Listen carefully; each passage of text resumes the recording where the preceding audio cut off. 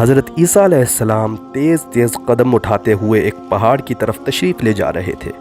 ایک آدمی نے بلند آواز سے پکار کر کہا، اے خدا کے رسول، آپ اس وقت کہاں تشریف لے جا رہے ہیں؟ وجہ خوف کیا ہے؟ آپ کے پیچھے کوئی دشمن بھی تو نظر نہیں آتا۔ حضرت عیسیٰ علیہ السلام نے فرمایا، میں ایک احمق آدمی سے بھاگ رہا ہوں، تو میرے بھاگنے میں خلل مت ڈال۔ اس آدمی نے کہا، یا حضرت، آپ کیا وہ مسیحا نہیں جن کی برکت سے اندھا اور بہرا شفا یاب ہو جاتا ہے؟ آپ نے فرمایا، ہاں میں وہی ہوں۔ اس آدمی نے پھر کہا، آپ کیا وہ بادشاہ نہیں جو مردے پر کلام الہی پڑھتے ہیں اور وہ اٹھ کھڑا ہوتا ہے؟ آپ نے فرمایا، ہاں میں وہی ہوں۔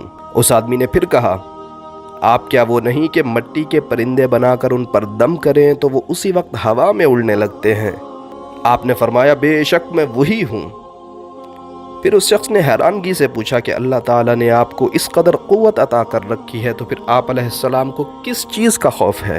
حضرت عیسیٰ علیہ السلام نے فرمایا، اس رب العزت کی قسم کہ جس کے اسم اعظم کو میں نے اندھوں اور بہروں پر پڑھا تو وہ شفا یاب ہو گئے، پہاڑوں پر پڑھا تو وہ ہٹ گئے، مردوں پر پڑھا تو وہ جی اٹھے، لیکن وہی اسم اعظم میں نے احمق پر لاکھوں بار پڑھا لیکن اس پر کچھ اثر نہ ہوا۔